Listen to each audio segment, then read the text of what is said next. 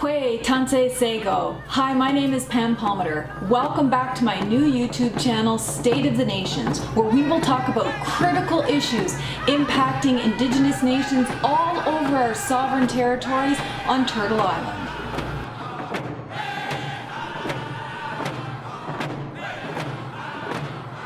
Today we'll be talking about Prime Minister Trudeau's surprise announcement about the creation of a second Department of Indian Affairs. Now let that sink in for a minute. 2 Indian Affairs, double the colonial structure that we already have now. 2 ministers, 2 ministries, double the trouble. This is a shock to most of us because there was no consultation, there was no information, none of us were asking for this, and we all know that the root problem in our communities today is with Indian Affairs. It's not how Indian Affairs is structured, where its offices are located, or what its org chart looks like. It's the horrific decisions that are being made by the 5,000 person INAC bureaucracy headed by formerly 1 minister, now 2 ministers, that impact our daily lives. And this is even more insulting. After failing to fulfill all of his election promises, he is asking us to believe or to accept that reconciliation means not addressing any of the problems that he said he would in his election and post-election campaigns and promises, but in fact accept as a token of good faith 2 departments of Indian Affairs, that will somehow in and of itself magically change things for us, and we know that that's not the case. And we can't also forget that this was a unilateral decision that was made with no consultations whatsoever with First Nations on the ground, and that's part of the problem. Prime Minister Trudeau has forgotten his commitments to First Nations, that no decisions will be made on a unilateral basis anymore, that he would consult on all matters that impact our lives, and more importantly, that everything would be done in a partnership, a true nation-to-nation relationship. So none of us should have been surprised by this announcement, but in fact we were. He never thought to ask us what we wanted, whether A, we wanted him to fulfill his promises, or B, instead, let's get 2 Indian Affairs instead of 1. I think I know the answer to what most grassroots people and First Nations leaders would have said. And they would have said, address suicides, address the chronic underfunding of social programs, address the lack of water and housing, address the failure to implement treaty and Aboriginal rights, return our lands, return our resources so that we can sustain ourselves as self-determining nations. I think all of those things would have come long before asking for 2 Indian Affairs departments. But let's just back up a minute. Let's talk about what do we know. Very little information was released in this press release, but what we do know is that the old minister of the old Indian Affairs, Minister Carolyn Bennett, will now be the new minister of the new Indian Affairs number 1, which will deal with consultations. And one of the first orders of business that she is said to be consulting on is how to best implement 2 departments of Indian Affairs. Well, I think she's already missed the boat on that one because they've already created 2 ministries, so I'm not sure what they could consult on at this point. The other thing we do know is that the former Minister of Health, Minister Philpott, will be the new Minister of Indian Affairs number 2, which will focus on what they're calling high-quality Indigenous services, which brings to my mind high quality. They're chronically underfunded, notorious for over-reporting and lack of funding, causing all sorts of problems like ill health and suicides and lack of access to health care, lack of education, lack of housing, lack of clean water. So I'm wondering, in fact, When are they actually going to start these high quality services that they mention? But the other issue is not just with the structure itself, but it's also with the people that they're appointing to these two ministries.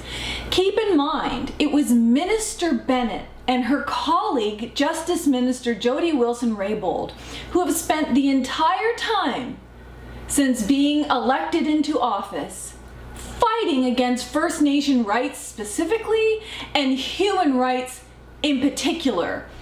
If you just look at the example of Cindy Blackstock's case for equal funding for First Nations kids in foster care, she won her court case at the Canadian Human Rights Tribunal, yet the government refuses to abide by that court decision despite order after order after order. That's thanks to Minister Bennett and thanks to Minister Jody Wilson-Raybould.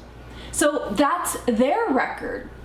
We also have former Health Minister Philpott, who, under her tenure, didn't provide funding for First Nations that were suffering the suicide crisis and loss of children committing suicide, which the Canadian Human Rights Tribunal considers to have led to more suicides and problems in First Nations communities.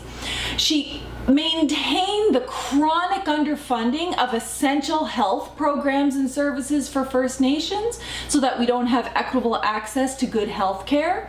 And she failed to fully implement Jordan's Principle, which would make sure that First Nations people got access to quality health care whether they lived on or off reserve, and really is supposed to do away with federal and provincial governments fighting over who pays.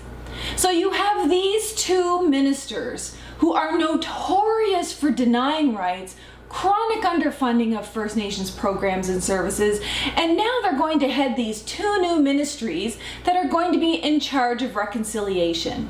Well, if that's the kind of reconciliation they're talking about, I don't want any of it, and certainly doubling the number of Indian affairs isn't going to improve anything in that regard. And then I have to ask myself, here is another unilateral decision by the federal government that they believe to be in our best interests.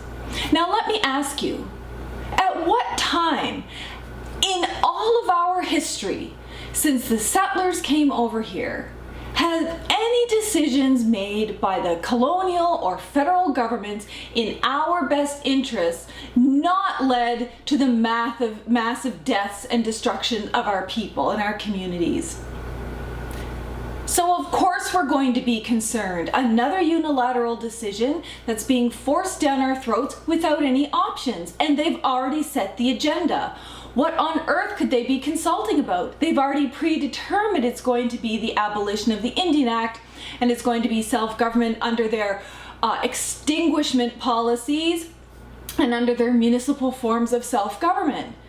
Well, what if the majority of First Nations don't want that? What are they going to do with this new department that is set up to do just that? And this is part of the problem. Now, in fairness, it is true that Justin Trudeau is saying that he got this idea to create two new ministries from the Royal Commission on Aboriginal Peoples, which was released in 1996, 20 years ago. I think a little bit's changed since then. And of course, RCAP did recommend 20 years ago that perhaps different structures within the federal government would facilitate the recognition, implementation, and negotiation of all of our rights, including rights around self-determination and self-government. However, things have changed in 20 years. We've since had the Truth and Reconciliation Commission report, which looked at lots of historical and current issues, and their primary recommendation for a new relationship going forward was implement the United Nations Declaration on the Rights of Indigenous Peoples, in other words, UNDRIP. And this could form the basis of reconciliation going forward. You could have an implementation plan, you could change all of the structures.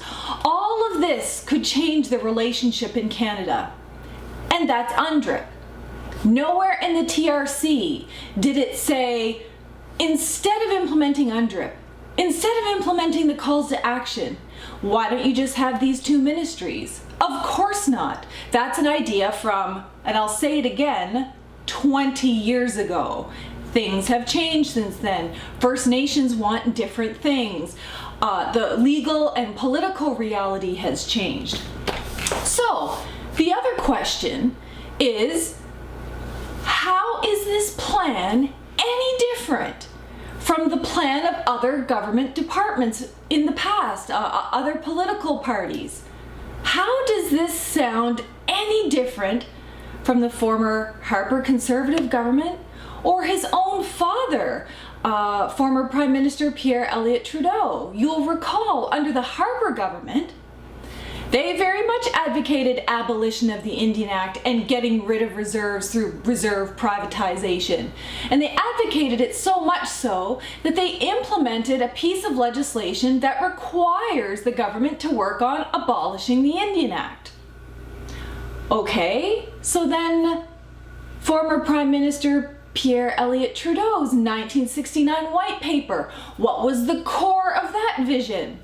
Getting rid of the Indian Act, getting rid of Indian affairs, and getting rid of reserves and rights and entitlements attached to Indigenous peoples. So how is Prime Minister Trudeau's plan any different? When you talk about abolishing the Indian Act, that necessarily implies abolishing reserves. It necessarily implies abolishing that federal fiduciary obligation. How is it any different? I don't see that it's any different. And another question to consider, where did this idea come from? Prime Minister Trudeau certainly didn't campaign on abolishing the Indian Act. He didn't gain the votes of Canadians and First Nations on abolishing the Indian Act. No, he promised to implement UNDRIP, to recognize the veto that First Nations had over development on their lands, to launch an inquiry into murder of missing Indigenous women, to finally remove all inequities in First Nation funding, to recognize rights. There wasn't a single word about abolishing the Indian Act or creating two government departments. The first time we really substantively heard about this idea was after the election at the AFN Special Chiefs Assembly, when the minister, Jody Wilson-Raybould for Justice, said, no, we can't implement UNDRIP into law. That would be unworkable. Instead, let's focus all our efforts on abolishing the Indian Act. Something that many First Nations haven't even talked about at this point in time. Something that many First Nations through the Red Paper, Wabung, and many other official submissions have said, we are not interested in getting rid of the Indian Act right now. There's many other things that we could be doing, like rights recognition and exercising our jurisdiction over our lands and resources. There are other ways of getting rid of the Indian Act, but first our rights have to be protected. So if he didn't campaign on this idea, and it's not his real idea, then why are we putting this into fruition before dealing with the life and death matters that are on the ground? I can only imagine the Conservative parties literally salivating at the thought of abolishing the Indian Act and all of the reserves becoming provincial lands and being able to access all of those lands for their own purposes, like mining, pipelines, and extraction. But at the end of the day, what Prime Minister Trudeau is asking us to do is have blind faith without any information about what the budget implications are of these two ministries, the staffing implications, how things will be organized, what the plan is, and how they plan to work with First Nations in an efficient way. We already suffer horrendous bureaucratic delays for very simple files and processes at Indian Affairs. Imagine if that 5,000 person bureaucracy doesn't even know who they're supposed to deal with now. And One other thing that many people haven't talked about yet is the impact on contribution agreements. First Nations are already overburdened with numerous reporting requirements, not knowing which department that they have to file proposals with and sign contribution agreements with. So now you're going to add yet another ministry in a department where the lines aren't so easily drawn. Think about issues like health care and housing and education. For many First Nations, these are actually treaty rights. So if you divide the department into programs and services and rights and consultation, how do you address health care? That's actually a treaty right. Where does Indian status fit?